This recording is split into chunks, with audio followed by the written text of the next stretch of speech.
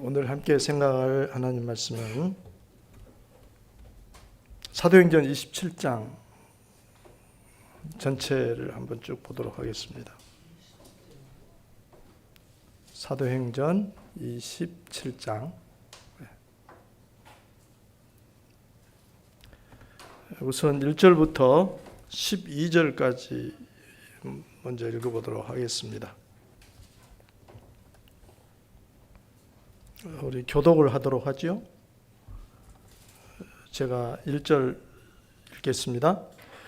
우리가 배를 타고 이달리아에 가기로 작정되매 바울과 다른 제수 몇 사람을 아구스도 대의 백부장 율리오란 사람에게 맡기니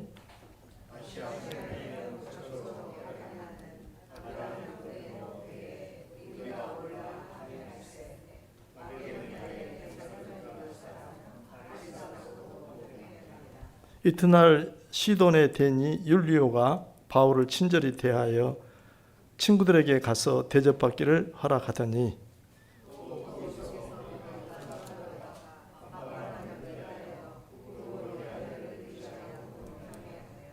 길리기아와 밤빌리아 바다를 건너 루기아의 무라시에 이르러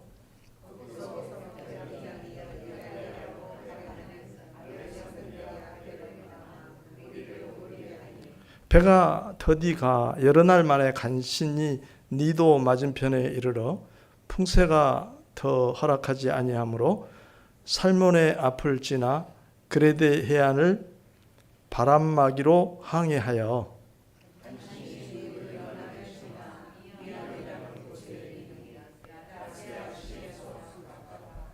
여러 날이 걸려 금식하는 절기가 이미 지났으므로 항해하기가 위태한지라 바울이 그들을 권하여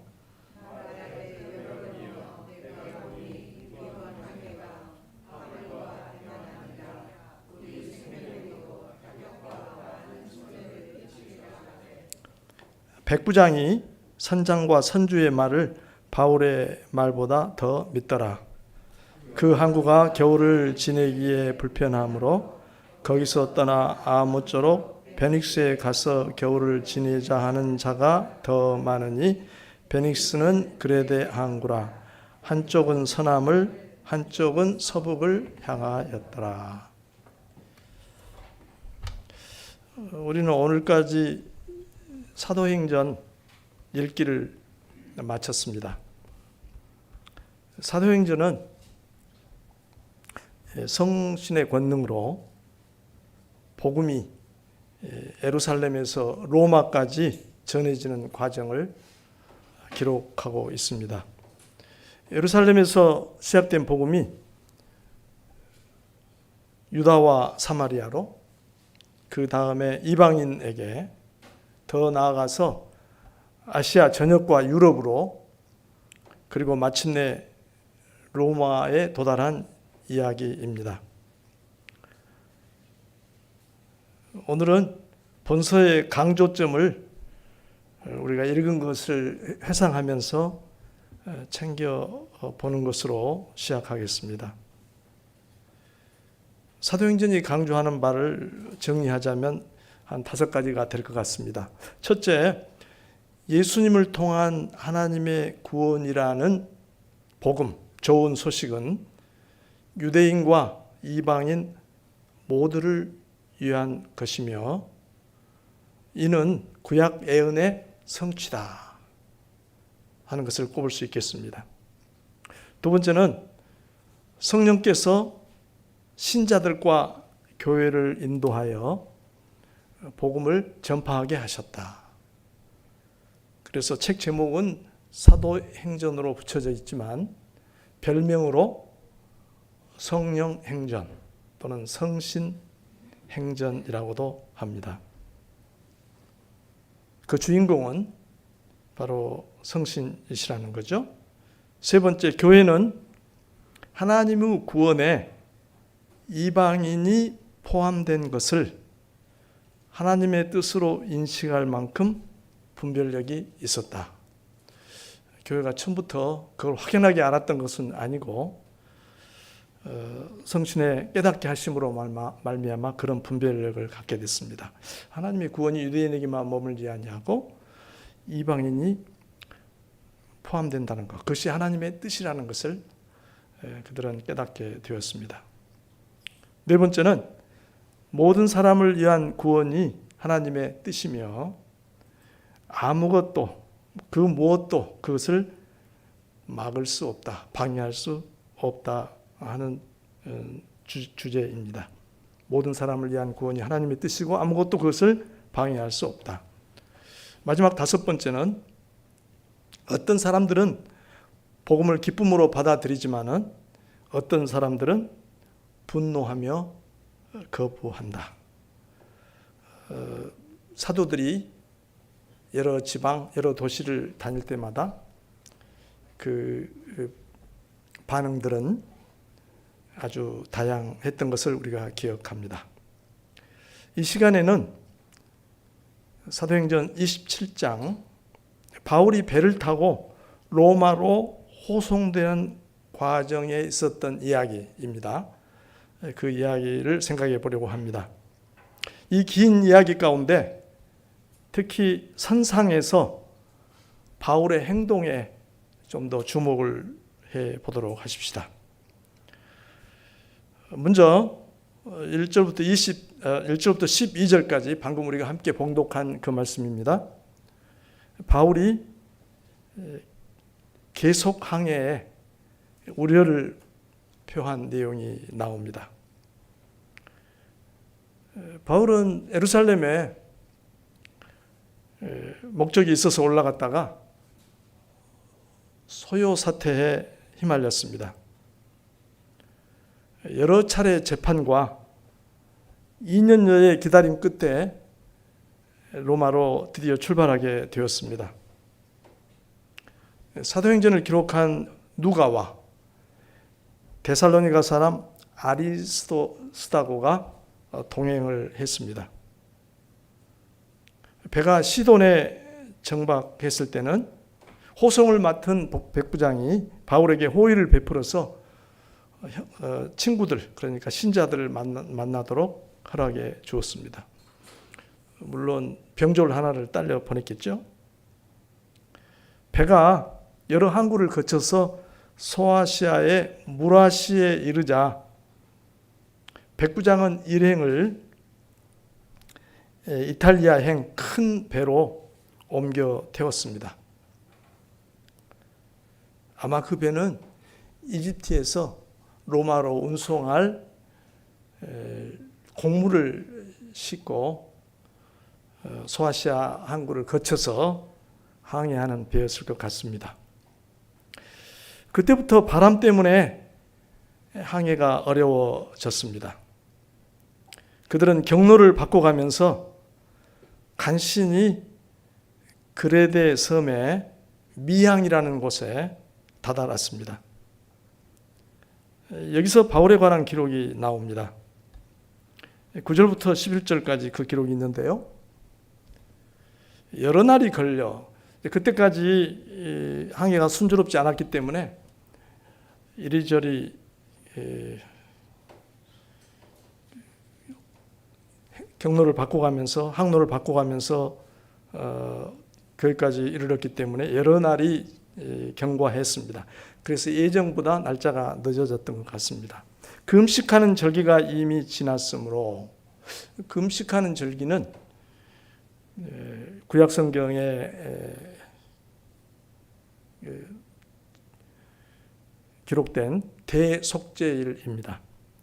원래 유대 달력으로는 7월 초인데 7월 10일인데 우리 양력으로는 10월 초순 전후입니다. 그때부터는 항해하기가 지중해 항해하기가 점점 좀 어려워지는 그런 시기입니다. 그래서 누가는 그렇게 기록을 했습니다. 금식하는 절기가 이미 지났으므로 항해하기가 위태한지라. 이것은 배를 이용하는 사람이라면 또 배를 운행하는 사람이라면 누구나 알만한 상식에 속한 일이었습니다. 그래서 바울이 그들을 권하여서 이렇게 얘기를 했습니다. 여러분이요, 내가 보니 이번 항해가 하물과 배만 아니라 우리 생명에도 타격과 많은 손해를 끼치리라고 얘기를 했습니다. 우선 여기서 이런 바울의 발언은 실제 상황을 상기시키는 단순한 경고로 봐야 될 것 같습니다.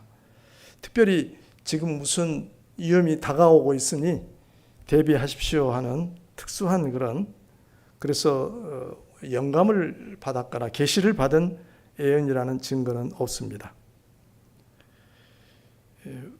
바울이 배에서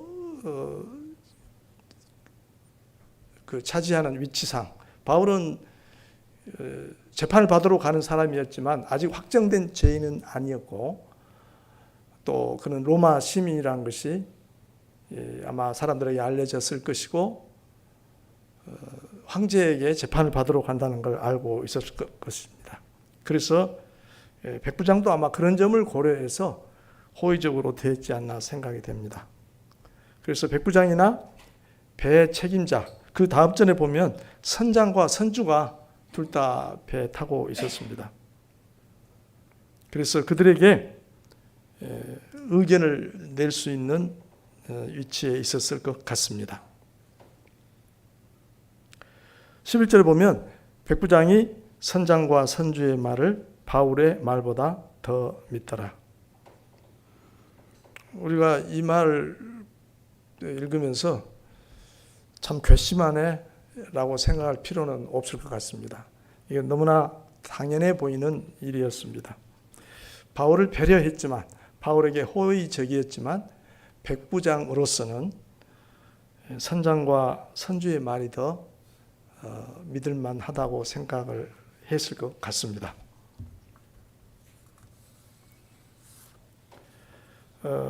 이처럼 첫 번째 장면에서 우리가 바울이 한 행동에 눈길이 갑니다. 한 두 가지 점을 좀 생각해 보면 좋겠습니다.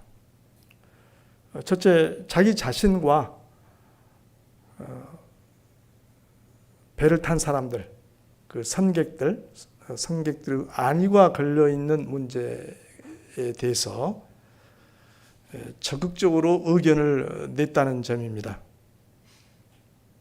그의 말이 존중되지 않을 수도 있었겠지만 위험이 다가오는 것을 방관하고만 있을 수는 없었을 것입니다. 두 번째는 그런 발언이, 그런 개입이 매우 어색하거나 부적절한 일은 아니었다고 생각이 듭니다. 알도 못하는 사람이 괜히 참견이냐 이런 말을 듣지 않아도 될 만한 사람이었습니다. 바울은 수많은 여행을 다녔고 고린도 후서에서 그가 피력한 대로 3번이나 파산을 당한 경험을 비롯해서 바다의 위험과 수없이 싸운 사람입니다.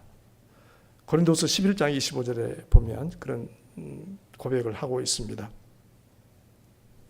바울이 의견을 낸 것은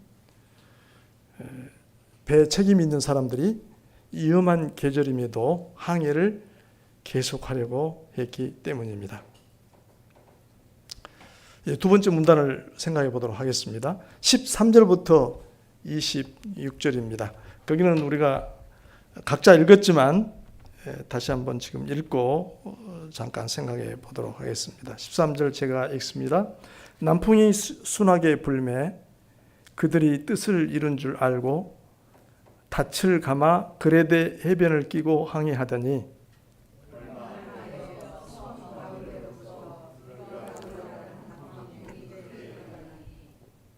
배가 밀려 바람을 맞추어 갈 수 없어 가는 대로 두고 쫓겨가다가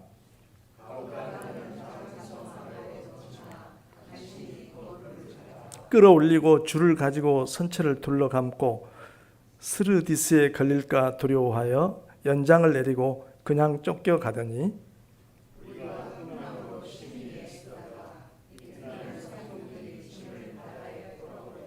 사흘째 되는 날에 배의 기구를 그들의 손으로 내버리니라.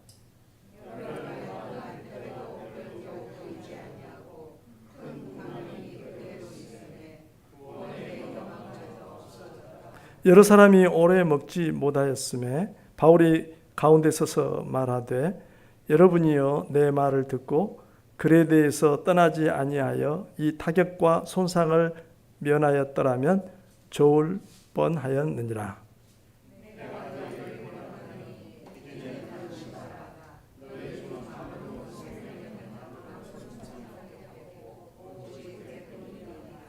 내가 속한 바 내가 섬기는 하나님의 사자가 어젯밤에 내 곁에 서서 말하되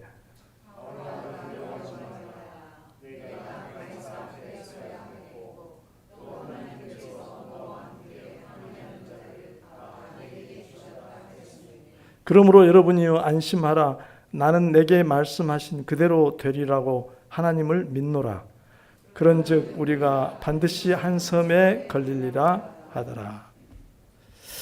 다시 배는 출항했습니다. 이 문단에서는 바울이 절망적인 승객들을 안심시키는 내용이 나오고 있습니다. 다시 출항한 배는 얼마 못 가서 섬 안에서 섬으로부터 불어오는 유라굴로 광풍에 밀려서 표류하기 시작했습니다. 현대에 잘 발달된 배들이 동력이 있어서 바람이 어디서 불든 간에 원하는 목적으로 항해할 수 있는 것과는 달리 당시의 배들은 바람을 이용해서 돛을 달아가지고 움직였기 때문에 강한 바람이 불어오면 그것을 거슬러서 그걸 이겨내고 항해할 수가 없었습니다. 유라굴로 광풍이란 말은 원어 그대로 그냥 북동풍이라는 뜻입니다. 그들은 그래도 배를 지키기 위해서 몇 가지 조치를 취했습니다. 우선 거루를 끌어올렸습니다. 큰 배가 달고 다니는 조그만 배입니다. 돛이 없는 작은 배.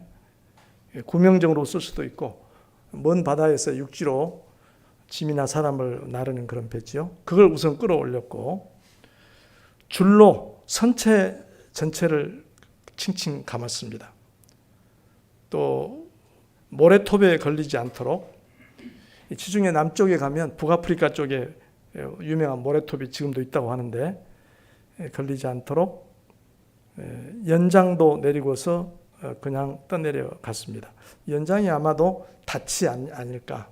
닻으로 밑바닥을 긁음으로써 너무 빠른 속도로 밀려가지 않도록 조치했던 것 같습니다. 계속되는 풍랑 속에서 이튿날에는 짐을 내버렸고 사흘째에는 배 기구들마저 바다에 내버렸습니다. 그들은 극한 상황에 놓여 있었습니다. 여기서 다시 바울이 등장합니다. 21절부터 보면 바울의 모습을 볼 수가 있는데요. 여러 사람이 오래 먹지 못하였음에 바울이 가운데 서서 말하되, 사실 이런 절박한 상황에서 사람이 기본적으로 먹는 것이 밑받침이 돼야 힘을 내서 뭘 할 수가 있는데 먹지를 못했다고 하는 것은 아마도 나중에 보면 음식이 없어서 그런 건 아닙니다. 배가 심하게 흔들리면 먹을 입맛도 없을 뿐 아니라 먹는 것도 간직할 수가 없습니다. 그래서 그들은 또 이렇게 극단적인 상황에 처하게 되자 의기소침해 있었을 것입니다. 그래서 먹지 못하고 심하게 그들은 지쳐 있었을 것입니다. 그런 상황에서 바울이 가운데에 서서 말했다 얘기했습니다. 아마 앞에 발언은 배에 책임이 있는 몇 사람에게 비교적 소수 사람이 듣는 가운데 얘기를 했겠지만 여기서는 여러 사람이 듣는 상황을 암시하고 있습니다. 여러분이요 내 말을 듣고 글에 대해서 떠나지 아니하여 이 타격과 손상을 면하였더라면 좋을 뻔하였느니라. 여러분이요 라고 한 걸로 봐서 바울이 앞에 계속 항해가 위험하다 하는 말을 책임 있는 사람들에게 얘기했고 바울이 그런 얘기를 했는데 상황에 여기까지 왔다 하는 것들이 상당히 많은 사람들에게 알려졌지 않나 생각이 듭니다. 22절에 보면 내가 너희를 권하노니 이제는 안심하라. 너희 중 아무도 생명에는 아무런 손상이 없겠고 오직 배뿐이리라.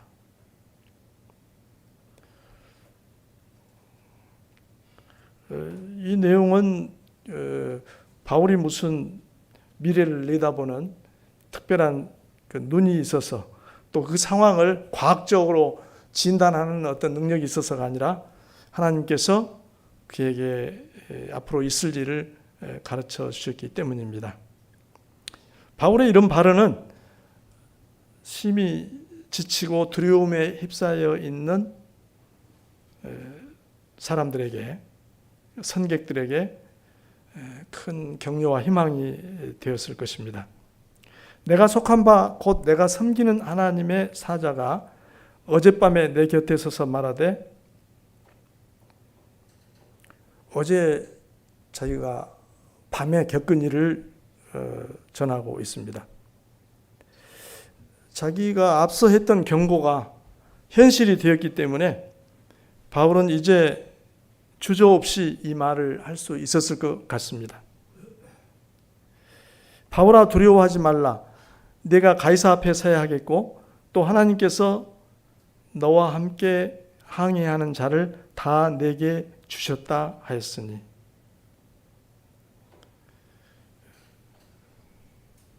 듣는 청중들에게는 신기하기도 하고 그러나 굉장히 안심이 되고 놀라운 발언이었습니다. 하나님께서 너와 함께 항해하는 자들을 다 내게 주셨다. 그리고 바울은 로마에 도달하는 게 실패하지 않고 반드시 황제 앞에까지 나아가게 될 것이다 하는 그런 약속이었습니다. 그러므로 여러분이여 안심하라. 나는 내게 말씀하신 그대로 되리라고 하나님을 믿노라. 바울은 자신감을 얻어서 자신의 믿음으로 확신 있게 그들에게 위로를 건네고 있습니다. 그런즉 우리가 반드시 한 섬에 걸리리라 하더라. 우리는 안전할 것입니다 하는 일반적인 격려 말이 아니라 애언적인 발언이 되겠습니다. 하나님께서 그에게 알려주시고 약속하신 바대로 그들에게 전달을 했습니다. 이 두 번째 장면에서 우리가 좀 생각해 볼 점은 이런 것이 아닐까 합니다. 첫째, 극한 상황에 놓인 바울을 하나님께서 찾아오셔서 격려해 주셨습니다. 바울에게도 두려움과 불안이 있었을 것입니다. 그러나 하나님께서는 그가 로마에 반드시 가게 될 거라는 약속의 말씀을, 그건 이미 예루살렘에서 들은 말씀입니다. 여기서 다시 확인해 주셨습니다. 또 같이 배 탄 사람들도 바울과 함께 안전할 거라고 말씀하셨습니다. 심각한 풍랑을 만났고 또 배가 곧 파선할 지경이 되었지만 복음이 가는 길을 막지 못했습니다. 왜냐하면 하나님께서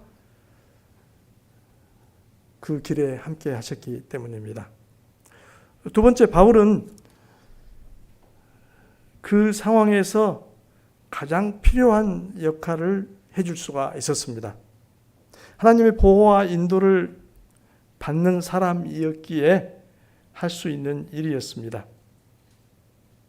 이번에는 사람들이 그의 말에 더 귀를 기울여 주었을 것입니다. 그는 이 기회에 하나님에 관해서 그리고 그분에 대한 자기의 믿음을 얘기할 수가 있었습니다. 이제 남은 한 장면으로 넘어가서 생각해 보도록 하십시다. 27절부터 44절입니다. 거기는 바울이 허기진 선객들로 음식을 먹게 한 내용이 나오고 있습니다. 27절 제가 읽기 시작합니다. 열 나흘째 되는 날 밤에 우리가 아드리아 바다에서 이리저리 쫓겨가다가 자정쯤 되어 사공들이 어느 육지에 가까워지는 줄을 짐작하고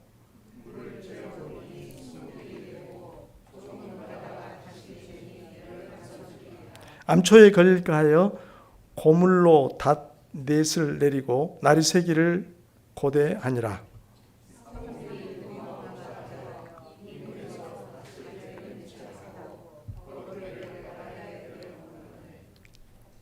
바울이 백부장과 군인들에게 이르되 이 사람들이 배에 있지 아니하면 너희가 구원을 얻지 못하리라 하니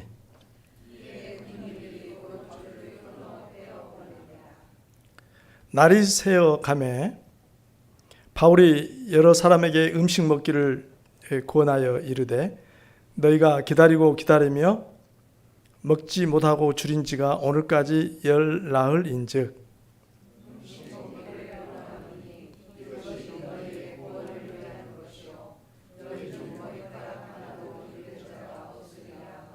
떡을 가져다가 모든 사람 앞에서 하나님께 축사하고 떼어 먹기를 시작하매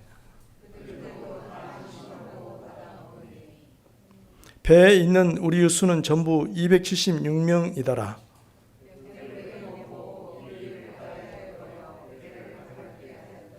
날이 샘에 어느 땅인지 알지 못하나 경사진 해안으로 된 항만이 눈에 띄거늘 배를 거기에 들여다 댈 수 있는가 의논한 후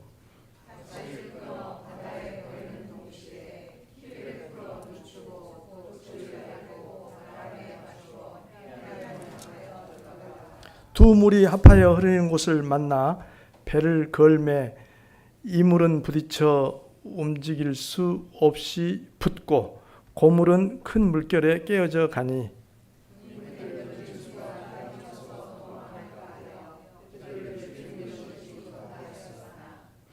백부장이 바울을 구원하려 하여 그들의 뜻을 막고 헤엄칠 줄 아는 사람들을 명하여 물에 뛰어내려 먼저 육지에 나가게 하고 그 남은 사람들은 널 조각 혹은 배 물건에 의지하여 나가게 하니 마침내 사람들이 다 상륙하여 구조되니라.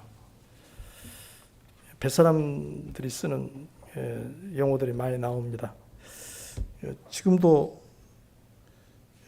배에다 이렇게 용어를 쓰는지 모르겠어요. 저기 이집사님 지금도 이물 고물 그렇게 말합니까? 배에서? 모르겠어요. 아, 배를 이용을 잘 안 하셨던 모양이구나. 네.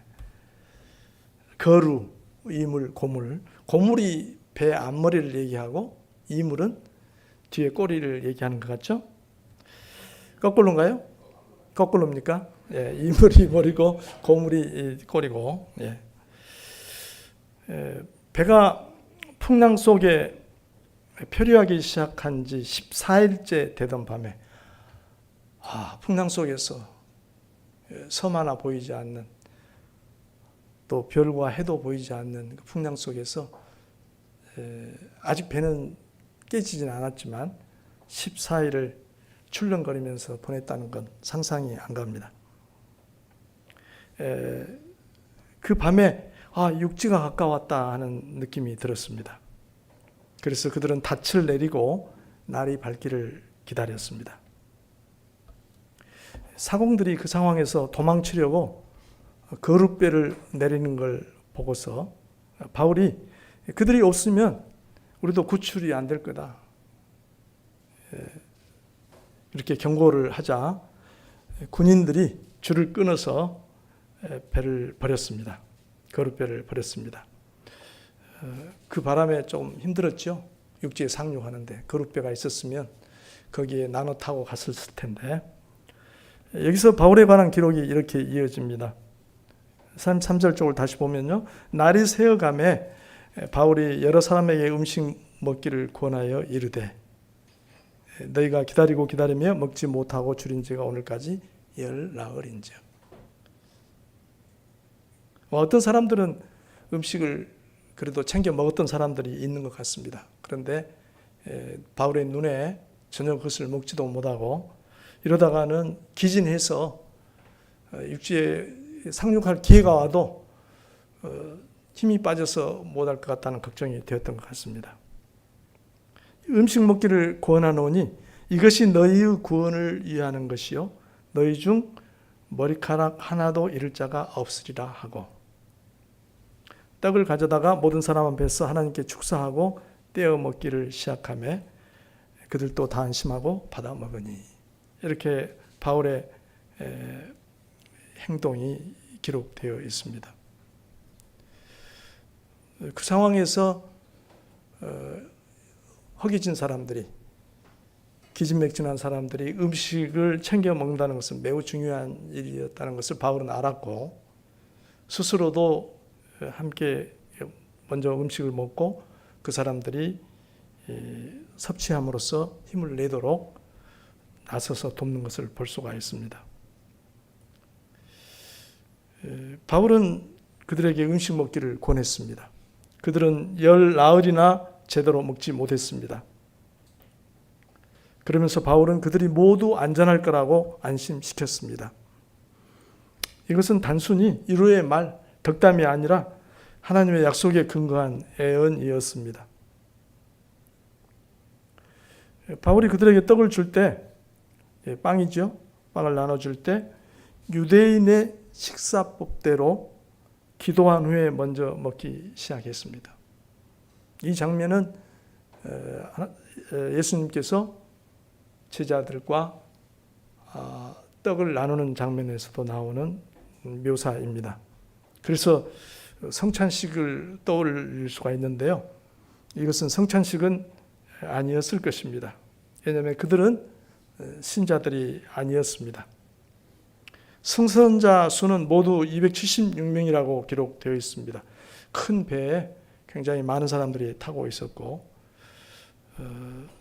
그들의 생명이 위태로운 지경이었습니다. 그들은 양껏 먹은 후에 남은 밀을 바다에 버려서 배를 가볍게 했습니다. 이제 그들은 살아야겠다는 의욕을 회복했습니다. 그들은 기운을 차리고 곧 있게 될 힘든 상륙을 위한 준비가 되었습니다.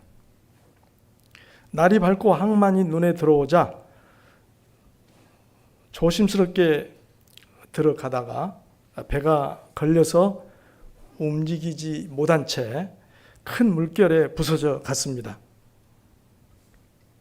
군인들은 죄수들이 도망갈까 하여 그들을 죽이고자 했지만은 백부장이 바울을 생각해서 그들의 뜻을 막고 모든 사람이 상륙할 수 있도록 조치하였습니다. 쭉 긴 내용을 세 문단으로 나눠서 우리들이 살펴봤는데요. 바울이 로마로 향하는 선상에서 보였던 그 모습 우리가 주목하면서 내용을 살펴봤습니다. 아래의 요점을 우리가 기억하는 게 좋을 것 같습니다. 첫째, 그 무엇도 복음을 방해할 수 없다.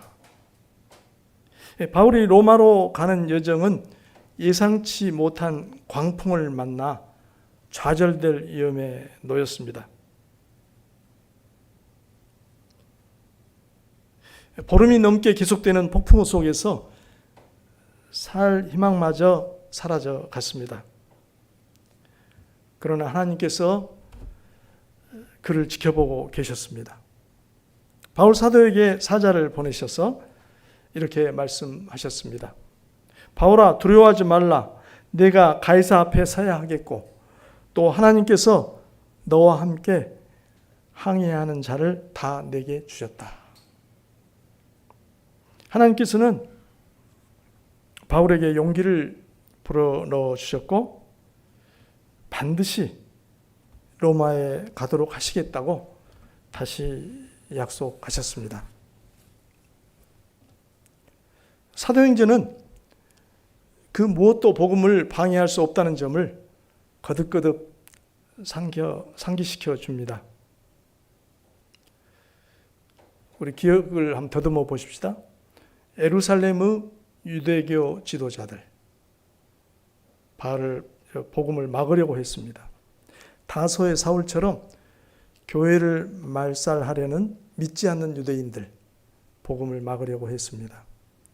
심지어 이방인 선교에 의구심을 품은 예루살렘 교회의 일부 사람들도 있었습니다. 그들도 복음을 방해할 수가 없었습니다. 또한 헤롯 같은 세상 지도자들도 야고보를 죽이고 베드로를 옥에 가뒀었죠. 또 교회 안의 율법주의자들도 이방인이라도 반드시 할례를 받아야 한다고 주장을 했죠. 그들도 복음을 방해할 수가 없었습니다. 유럽에 가서는 헬라인들의 종교적, 철학적 반대가 있었습니다. 복음을 우습게 생각했습니다.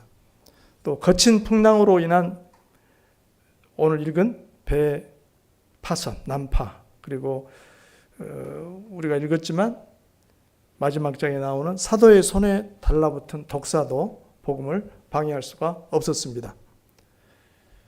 그리고 사도행전은 바울이 로마에서 방해를 받지 않고 담대하게 복음을 전하는 장면으로 끝을 맺습니다. 그리스도께서 오시고 성령이 교회에 임하셔서 은혜의 시대가 도래하였습니다. 복음은 하나님 자신의 역사이며 구원은 이방인을 포함한 모든 사람을 위한 것입니다. 그 무엇도 복음을 방해할 수가 없습니다. 복음이 도전받고 있는 오늘날 우리도 이 확신을 굳게 붙잡아야 하겠습니다. 우리 각자 개인은 물론 교회가 이 점을 다시 한번 마음에 간직하고 교회에 주어진 사명을 잘 감당해 나가야 하겠습니다. 두 번째 점은 바울이 보여준 신자의 자태, 특별히 불신자들 가운데서 보여준 그의 자태에 주목해 볼 필요가 있습니다. 비록 제수의 신분이기는 했지만 제수라고 해도 재판을 앞둔 그런 사람이었죠. 형사범은 아니었고요. 바울 사도는 호송 중에도 친절한 대우를 받았습니다. 항해가 위험해지자 바울은 많은 경험자요, 또 지식이 있는 사람으로서 자신의 의견을 적극적으로 책임자들에게 개진했습니다.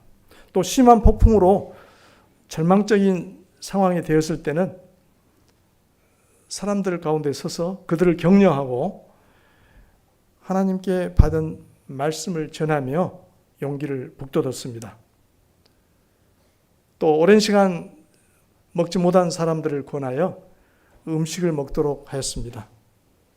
사람들은 점차 그의 말에 귀를 기울이게 되고 위로와 힘을 얻었습니다. 바울은 276명 모두의 안위를 진심으로 염려하는 마음으로 말하고 행동했습니다. 비록 그가 처한 환경이 특수하기는 하였지만 이 장면들은 바울이 신자로서 세상 속에서 어떻게 처신했는가를 엿보게 합니다. 우리는 각자의 성향과 능력대로 우리가 속한 사회, 집단의 안녕을 위해 행동하고 약한 사람들을 살펴 도우며 기회를 봐서 우리의 믿음을 증언합니다. 그러는 사이에 사람들은 우리의 말에 귀를 기울이게 될 것입니다. 바울이 배 위에서의 언행을 통해서 백부장 율리오의 마음을 얻지 못했다면 그는 허무하게 죽었을지도 모릅니다. 하나님의 인도하심은 그것을 신실하게 믿고 행동하는 사람들과 합력하여 선을 이룹니다. 이것 또한 우리를 향한 하나님의 은혜입니다. 오늘 주신 말씀 기억하며 기도하도록 하겠습니다. 자비하신 우리 아버지 하나님, 오늘 저에게 주신 말씀에 감사드립니다. 주님께서 로마행 선상에서 바울 사도에게 내리신 은혜가 놀랍습니다. 그가 절망적인 폭풍우를 만났지만 하나님께서 보호해 주시고 주님의 약속대로 로마에 이르게 하셨습니다. 바울 사도에게 믿음과 용기를 주시고 동성한 사람들을 맡기셨습니다. 저희 역시 그 무엇도 복음을 방해할 수 없음을 확신하는 가운데 세상 속에서 복음의 증인으로 살아가게 하여 주옵소서. 우리 교회가 그 사명을 힘있게 감당하게 하시옵소서. 예수님의 이름으로 기도합니다. 아멘.